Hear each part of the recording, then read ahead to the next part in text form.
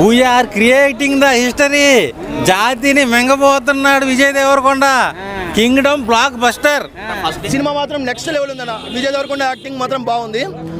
ఒక one of the best youthful as well as family entertainer. Story highlights అంటే ఏం చెప్తారు? సినిమా స్టోరీ హైలైట్స్ ఏంటంటే కొన్ని ఎమోషనల్ మూమెంట్స్ ఉన్నాయి, అది బాగా కనెక్ట్ అవుతాయి నా సినిమాలో.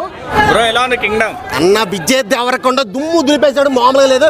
కొన్ని సినిమాలు ఫ్లాప్ అయినాయి కదా, అయిపోయింది విజయ్ దేవరకొండ పని అనుకున్నారా? చూసారా అసలు కింగ్డమ్ అంటే కింగ్ అయిపోయాడు. మళ్ళీ అసలు కంబ్యాక్ అంతే. విజయ్ దేవరకొండ అయితే మాత్రం మామూలుగా లేదు.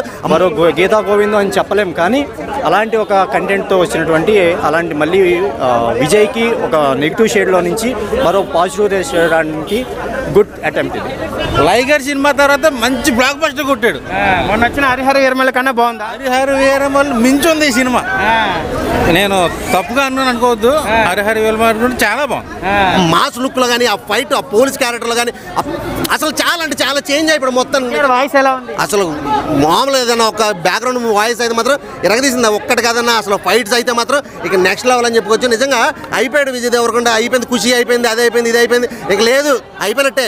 ఎన్టీఆర్ అని వాయిస్ ప్లస్ ఈ సినిమాకి ఆయన డైలాగ్ బీజే మొత్తం ఉంటే ఫ్యాన్స్ అయితే బట్టలు చింపుకుంటారు. అసలు ఇలాగా అంత బాగుంది. ఎలా ఉన్నాడు విజయ్ దేవరకొండ? అసలు నేనైతే ఈ విజయ్ దేవరకొండ నుంచి ఇది ఎక్స్పెక్ట్ చేయలే. సెకండ్ హాఫ్ నుంచి సినిమా ఉంటుంది ఒక వడ్డానం కోసం చింపు ఆరేసాడు. టైర్ 1 హీరో అయిపోతాడా? టైర్ 1 హీరోలోకి వచ్చేసాడు ఆల్రెడీ.